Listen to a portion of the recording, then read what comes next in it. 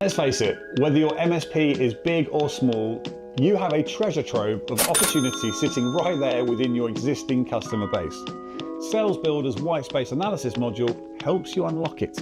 We help you identify upcoming contract renewals, potential underbilling situations, services customers aren't using yet, and ultimately, the most profitable account growth opportunities.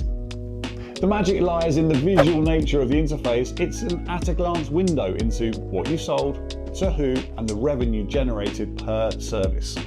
If you want more detail, you just click on a tile to drill down into that specific contract where you can see line items and verify if you're over or under billing, all within the same platform. Spot an opportunity, simply choose the product, select a customer, and then send them a beautiful proposal, if that's appropriate, with tailored content sections in seconds. Use the powerful filters to help you refine your search. Know a particular service that pairs well with another one? We'll show all customers with that service and identify existing deals with handy yellow tiles so you can avoid pestering customers who are already having a conversation with the business. Set up custom views for your team. Select only companies assigned to a specific account manager, ensuring that everyone is focused on their opportunities. Need to prioritize renewals? Well, you can use the drop-down to show only contracts ending this month, for example. White space selling empowers your team to get laser focused on the profit potential within your customer base. Salesbuildr makes it effortless to identify opportunities, whether it's information for your next QBR or TBR, or a proposal ready to send there and then. You can start a free trial today. You can connect your PSA and discover right now where the hidden profits lie in your business. And if you need a hand getting started, just let us know. We're right here, ready to help.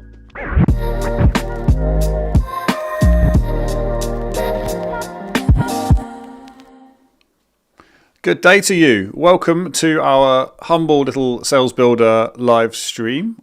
This is actually a follow-up following our CKO actually with PAX 8 in Bristol, and we sort of talked about an analogy which went down fairly well. I think hopefully it resonated, so I'm looking forward to diving into that. This should be an interactive session, so you're more than welcome to take this wherever you like. But the idea of this is that, particularly if you're a PAX 8 MSP and you've seen the Salesbuildr name knocking around and you're starting to think, okay, I wonder what it is these guys do and what they can actually, what pains they can actually help with, then that's kind of why we're here today. So definitely don't want it to be a pitch.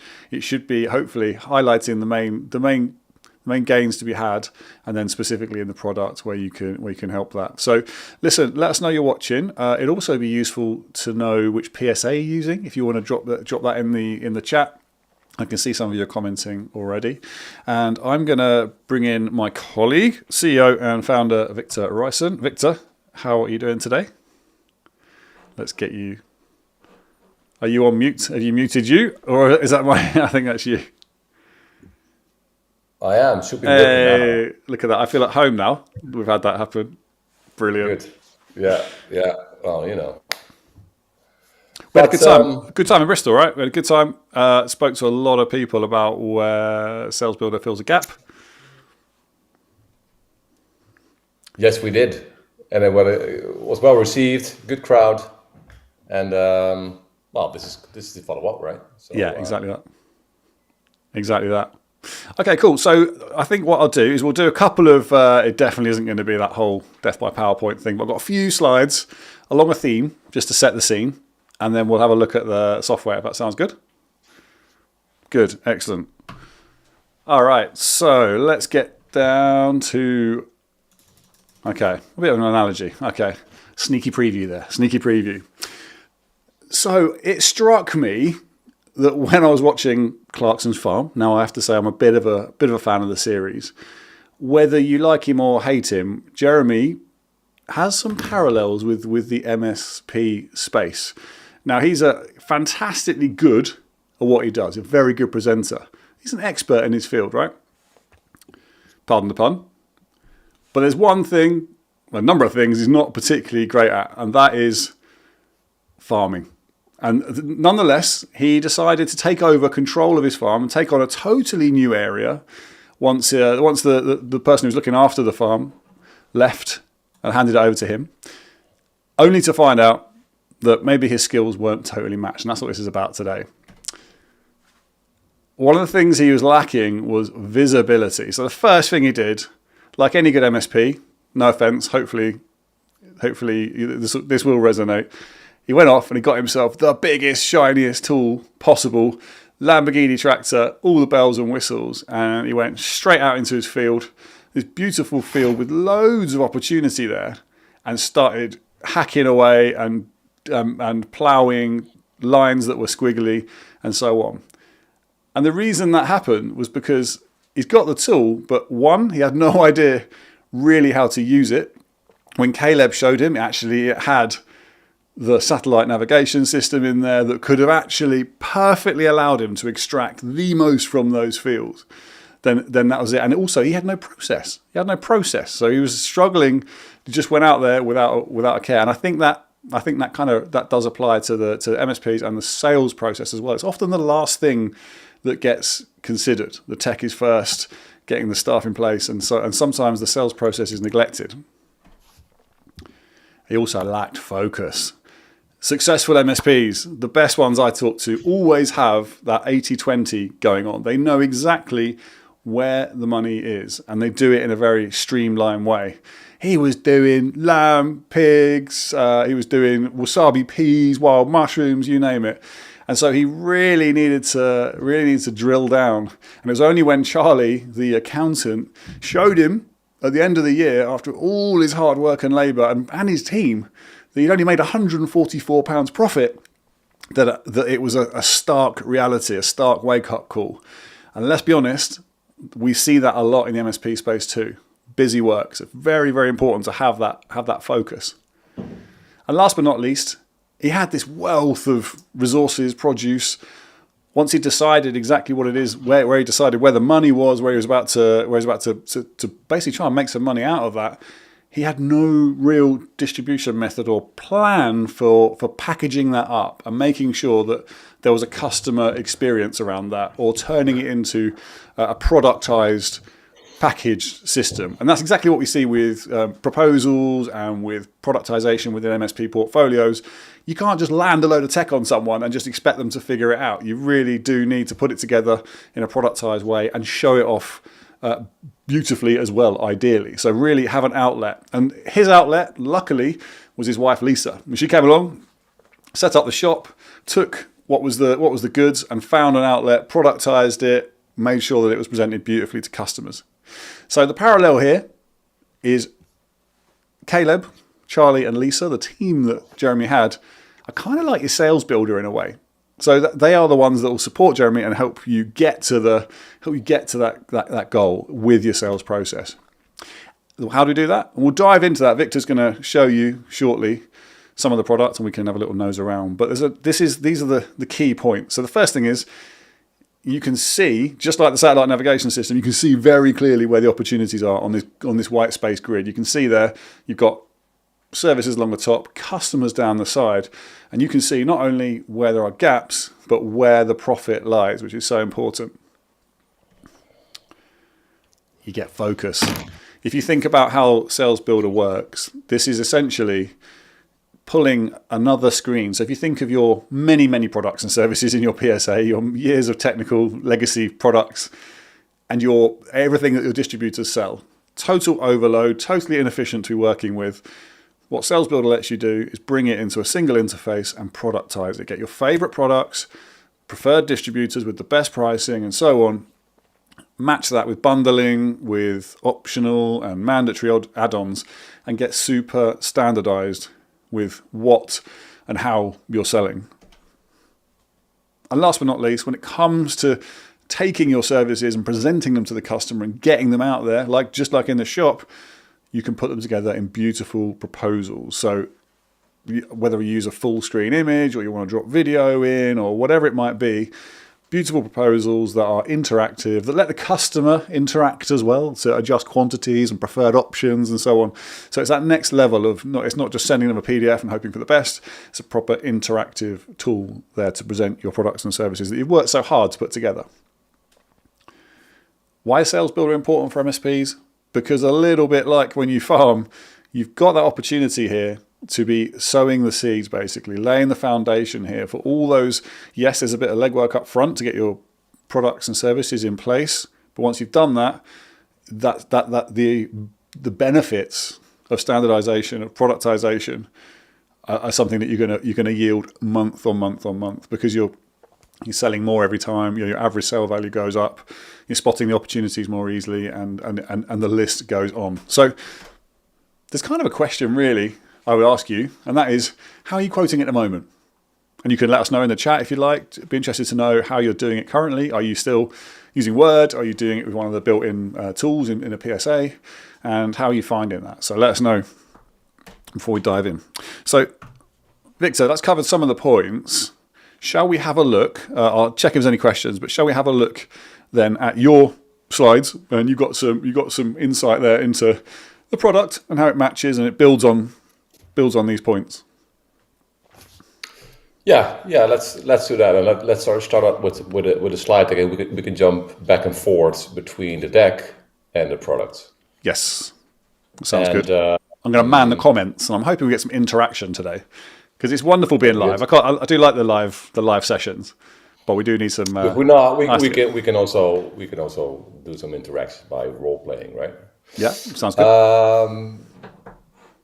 Okay, so Salesbuildr, right? So there's more to it, but today we want to keep it simple, and the simple version story of Salesbuildr is that it's a system that helps you sell more in less time based on systems, right?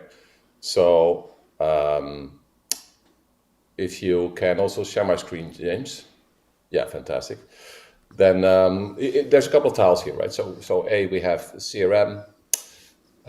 Which is basically, you want to see who your customers are, and you want to see what's up with them, right? So that's one thing.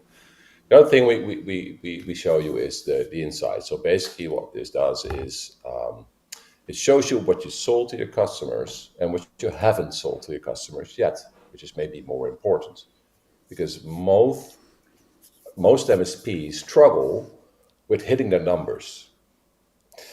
And the reason why is they're very focused on new business and not so much on existing customers, where they can look at up and cross-sell to grow their revenue, which is much easier as opposed to getting new business, because you have to build a trust relationship first with the market, then get leads, then get opportunities. And it takes way more time and way more money and way more energy just to talk to your customers and say, hey, I've noticed you bought Microsoft 365, but you haven't bought a backup system yet.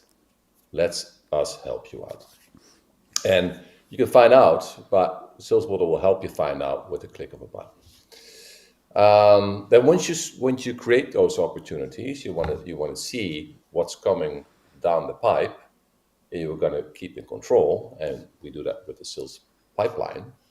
And it shows you all the things that have happened in the past, so you can learn from it, and all the things that are coming to you in the future, so you can anticipate and manage the expectations of your team, maybe your boss, maybe your operations team, so they know to get prepped and what's coming down the horizon. And then when you start selling and want to make proposals, you do that based on a portfolio, which is basically anything you sell, but then structured and organized and maybe even bundled into solutions that make sense for the companies you sell to. So it's easy for them to understand what they're getting when they buy this from you. So it helps to have an outside-in vision instead of an inside-out vision. So you want to take a look at this through the eyes of your customer.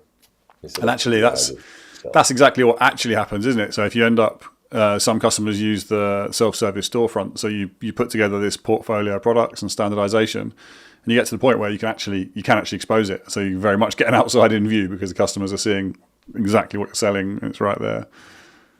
Yeah, exactly. It's like a menu card.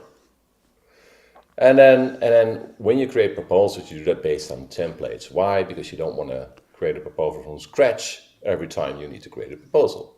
So you figure out what works, create a template, update that over time as you learn, and that's what you use going forward, right? So let's have a look at the first option, which is CRM, right? So if I go inside Salesbuildr, this is what Salesbuildr looks like. Here's my dashboard. It gives you a bunch of tiles with visual information about how you're doing and what's happening in the company. And here are your companies, right? So this is basically all your customers. So you can find and search for customers. And a customer has a card or a page. It has a name, it has the address details, links to the website or LinkedIn, and any social feeds they have, an account note, things we have to think about when we interact with this customer. And then you can see here, we got all the quotes we sent to the customer, we got all the opportunities, we got the contacts, we got the contracts, and we got the orders. So we do have a HubSpot integration, but as a kind of a lightweight CRM, there is some basic functionality there which can, in some cases, get you through. That's for sure. I mean, you can do a lot, right? You can manage the address, you can create, you can update, you can enrich, and it pushes all that information back to your PSA. It's very easy to use. And you can also segment, right? You can label customers, and then you can segment your customers based on insights you achieve. So let's give you like a 360 view of what's going on. And when I look at this instance where customers are linked to a PSA tool, in this case it's going to be Autotask, you can see, you can open them up. And when I look at contracts, I can see all the agreements, all the contracts that are in place at this time. So I can do a deep dive. And if contracts are nearing expiry, it's very easy to create a renewal proposal based on the existing proposal. So it saves you a bunch of time. And as we know, it is renewal season, isn't it? If you look at any of the Pax 8 updates, the Microsoft renewals are coming in thick and fast. So 45% of renewals in the first quarter happen, apparently. Yeah. So in that case, this is a great tool to help you save a bunch of time and get insights and get to execution quickly. So let's jump to the insights then, give some more insights. So if I'm going to go to the dashboard, and if I go to the white space, this is where you can see all your customers and everything they bought. And it also shows you your white space. And what's the white space? It's basically all the gaps. So on the rows, you have your customers, and on the columns, you have your service categories. And I think this has been talked about for upwards of probably 10 years as a methodology. And when I speak to MSPs, they're either doing it on a spreadsheet or they're like periodically pulling like BI or something from a random system. And so it's not live. Often it's inaccurate. So it's a real step forward to have like a live view of exactly what's going on that adjusts as you work your way through as a salesperson. Exactly, and it's also it's not live, but it's also cumbersome, right? Because if you have an Excel sheet, you can use it, right? But it doesn't allow you to execute on it. So, for example, here, if I say, look, I want to sell, and let's pick a specific solution, which is Exclaimer, right?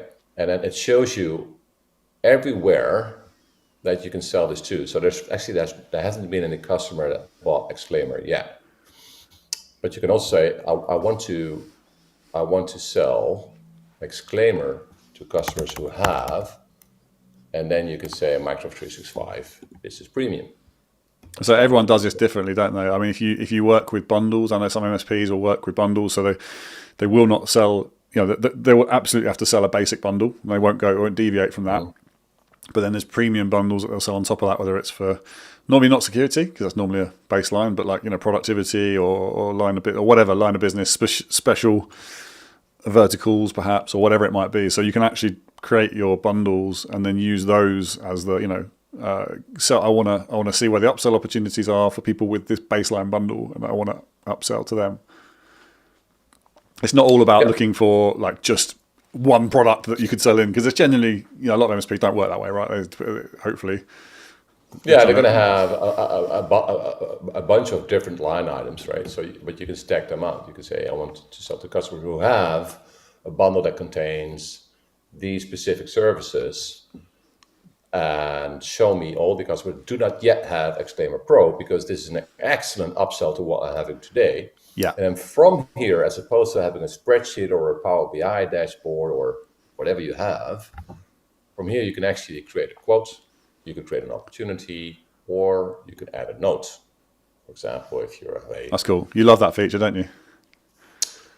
Well, yeah, I mean, I love that feature for sure, because Simple. How many times don't you have like the scenario where you talk to a customer, you talk about this new solution, and they say, well, we got something in place today, and we're still in contract for 6 months, but come back in 6 months because we like what we're seeing, but not now. And then you want to add a note, and then you can come back to it later. And if you have a team of salespeople, you can just filter down for your customers only, and you can just periodically take a look at your notes and go from there. So yeah, it changes it from a great place. It becomes a place to work from, doesn't it? There's little things like that that turn it into a place to actually work out of, rather than just a sort of I'll go and check that and then never come back to it. Exactly. Yeah. So this is fantastic, and there's more things you can do. You can say, show me all the customers that have hardware as a service, right? Or show me all customers that do not yet have hardware as a service. And then from here, you can sell them hardware as a service. So you can slice and dice on multiple ways to get to the insights you need to look for the opportunities inside your customer base. And then it's easy to work from there. The other thing you can see here, this is cool too. We have a way to apply company labels, right? So if I open up a specific customer, now in Salesbuildr, based on that white space, right? You can, if you have insights, you can select one or more companies, and then you can bulk edit, apply a label. And that way, if you have defined those labels, you can also apply labels here. Here the labels are. You can manage those labels. Hardware as a service, you can pick a color. There we go. Save.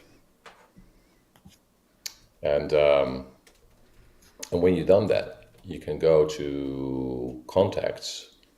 And let's say you label specific companies that where you saw a hardware as a service opportunity. You can now bulk edit or bulk select contacts. I'm going to just do one now.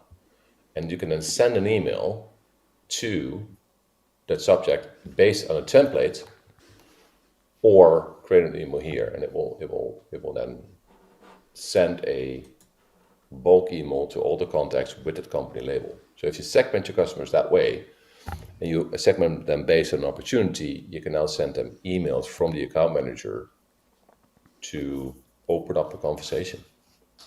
Which is really powerful at the moment, isn't it? Because if you're doing mass mailers and things, they're nowhere near as effective now with the advent of AI and so much noise. And really focusing on being the sort of one-to-one communications, doing the one-to-one communications with your accounts and doing it in a very personal way. This isn't about sending thousands. It's about having a very focused communication, but doing it in some degree of scale. So you're getting the benefits of that, doing it in a bunch. Yeah. And you can manage them over here. You can create multiple versions. So and then you can see a preview of how the email will look. And then when you go to your contact, in this case, let me see, users, contacts, send email. You can see that there's templates here. Pick the right template, and there you go. And it will also always send it from the account manager to the contact, because there's always a existing relationship. Exactly. Yeah. It's not spam. It's just an email from your account manager to me, talking about something that's very specific and personalized and about me and relevant. But what it does mean that if you've got like a marketing team or somebody who wants to take responsibility for putting some campaigns together, at least as a starting point for your sales team, then they can actually go in, create some templates, take some of the legwork out of it, make sure everyone's saying the standard, some of the key benefits. There you go. So that's how you can cultivate and create opportunities, right? So that's one thing. So the opportunities you can find those here, and you can then dynamically filter on owner, manager, expected close date, when updated, pipeline stage, right, or category, and that will give you more information. Active, give me all in prospect stage, and here you can see the value of those opportunities. It Sometimes what will we overlook calculate it is that dynamically. sometimes what we overlook. Sorry to interrupt there. Is the level of synchronization with the PSA platform as well. So that's all qualified. Those pipeline stages are all synchronized with the PSA. So this is what you're seeing here isn't a Yeah. standalone view that you need to update separately. No, exactly. And the cool thing here is that once you create a proposal, right, it will create an opportunity in the back end, push it to your PSA, and then based on what you add to the proposal, it will automatically update the stage, the status, the deal size, everything inside your PSA. So the dashboards you're looking at now, if you're not using a system like this, the forecast is often not accurate, or maybe it's only accurate once you call up the sales team and say, please update your opportunities for me because we have a meeting this afternoon, and it's not accurate. So with this, it's always accurate. Yeah, that's pretty So huge, isn't it? That's pretty. I can relate to that one. Having spent time in the that's past important. having to maintain CRMs, it's not a. Yeah, it's not for It's everyone. important. That. Exactly. And how that works in practice is once you create a proposal, right? You can just press Q from quote on my keyboard. You select a template. You can set one as default if you want. You then select a customer. Okay, let's pick this one. And then this is set for Australian dollars, so this is fine for demo purposes. It will pick the primary contact, and from here you can pick a product. So let's do Copilot, and now it will create a proposal based on the template here, right, with the service. And as you can see here, because most of those Microsoft licenses have a term and a commitment. And the cool thing here is because we are connected to the PaxSafe catalog and also very deeply connected, that we are able to offer you the option of selecting the correct term and correct commitment for your customer. So you can be sure that when you go and build the customer, there's less issues. Definitely, that's a real This differentiator, isn't aligns it? with I what made you a separate need. video about that one because I know it's something the PAX8 teams and partners were really keen to see. The other thing about this is that if you're doing the professional services side of things as well, it makes it very easy to create like a standardized set of just professional services with the standard content, standard pricing, standard markups, and so on. So it's not just, yes, you've got the real deep PAX8 integration with their portfolio, but also if you're doing PAX8 Pro services, you can cover that off as well because you can create standard content that's appropriate for that. Yeah. And from here, based on the template, you can create beautiful templates. You can add full screen images. You can add product and service descriptions that contain items from your portfolio, right? So it's easy to be consistent and high quality without making mistakes, right? So when you create a This piece is of pretty content, you powerful. got a choice to do it with a product. Basically, you can add a product or multiple products into that content piece. So when you drag it in, boom, it's there in the pricing You're table done. without having to do anything else. Yeah. And you can pick anything. You can do videos. You can do explainers. Let me see here. And it's very easy. As you can prepare the whole content library, and then you can drag those pages in. And when you're done, you can have a look. You can do it like a what you see is what you get preview. You can see what's in there before you send it out to your customer. And so it's worth mentioning, like, obviously there is a bit of work, and it's important for any MSP thinking about this to be thinking about how long, it would take to set up. So we offer an onboarding service as part of this. So part of that is working with your templates, helping you get the portfolio sorted. But there is definitely some work for you to do as well for it to be really, really beneficial. But you can have a look. We've got loads of details about what's needed on our site. And what you just saw happen here is once I change that term and commitment, it will also change the price. Yeah. Okay. There you go. We're coming towards the end of our time. I've got a few minutes left. What goodies can we show the Pax8 people, Victor? Anything else that we can throw in there? I think that this was the most important point. The other thing is that from here you can browse the complete Pax8 catalog. You can search across the catalog. Yes, very important to show that bit. You can see all the terms and commitments. You can filter on vendor, right? You can see what is in your portfolio and what isn't in your portfolio yet. And that will keep it all consistent and accurate over the whole workflow. And maybe last thing to show is that you can create bundles with Salesbuildr, right? So if I open one up, a bundle can contain anything from your portfolio. Let me see. It's in this bundle. This contains hardware, but you can also add software, and you can also add services, and you can also add labor. So a bundle can contain anything that's in your portfolio. This is such an important point, isn't it? Because when you're talking about actually seeing some return from putting a system in like this, if you're consistently increasing your average sale values by making sure that everyone is offering either, just having bundling as a mindset, but also actually offering standard, optional, mandatory add-ons, it just standardizes everything. And of course, you're going to see a return from that. Yeah. And it's about systems and consistency, right? So you want to systemize the bundles, you want to systemize the up and cross sell, you want to systemize the pricing, you want to systemize the templates, you want to systemize the opportunity creation and automatic updating, you want to systemize the approval rules, and then you want to systemize that when everything is said and done and it's approved, that all the relevant information for the rest of your process is in your PSA, without having to do it manually or doing copy and pasting or without a bunch of hassle. So this is now you have a repeatable, scalable process across the whole organization.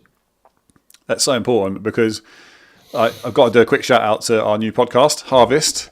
But every person, so check it out on YouTube and all the common platforms. We're talking about growing revenue without relying solely on new customers, or just being more successful without relying on new customers. But what's happened, every single guest, more or less, when I've spoken to them about it, we've all touched on to greater or lesser extents the need to streamline. Like all the best performing MSPs are doing that across the board, whether it's the products. I mean, Juan Fernandez talked about, there's death by 1,000 cuts, having bloated portfolios and processes where your team don't really know what they're doing. It just has this ripple effect, not only on revenue, but on like culture, on the sort of morale, everything. So getting the process. Obviously, we've got a vested interest in this, but it's something we really believe in, that standardized nature being a key to success. So a bit of work to do up front, but pays dividends. Yeah, I think you want to figure out what works, standardize that, automate it, and iterate it over time based on lessons learned. Yeah. And that's what this does. Yeah, that's exactly that. Very good. Okay, Pax8 partners, I hope you found that useful. I hope that was hopefully it whet the appetite. There's obviously a whole lot more to the product. If you'd like to know more, reach out to your Pax8 account managers. They can definitely help you out and connect you up with us. So more than happy to take you through any sort of demos or anything, ask any questions. Connect with myself and Victor on LinkedIn. We do lots of content, lots of cool stuff. And unless there's any questions coming in, I'm keeping an eye out on the comments. Unless there's any questions coming in, we'll see you very soon. Make sure you're definitely subscribe to the podcast. We've got a YouTube channel where we'll be talking about the new products and features. Every month we do like a live stream, a bit like this, where we show you the goodies. I think we've got another one. We've got one next week, maybe. I don't know. I have to check with the product team. We do, and if you have any questions, you can just ping us directly. We're very approachable, and we'll reply. We will. We'll definitely reply. The key to good business is replying to customers. Yeah, it's important. Victor, thank you so much. We'll let everyone get on with their days. And any questions, give us a shout. We'll see you very soon. Thanks, Take everybody. care. Next time. Bye-bye.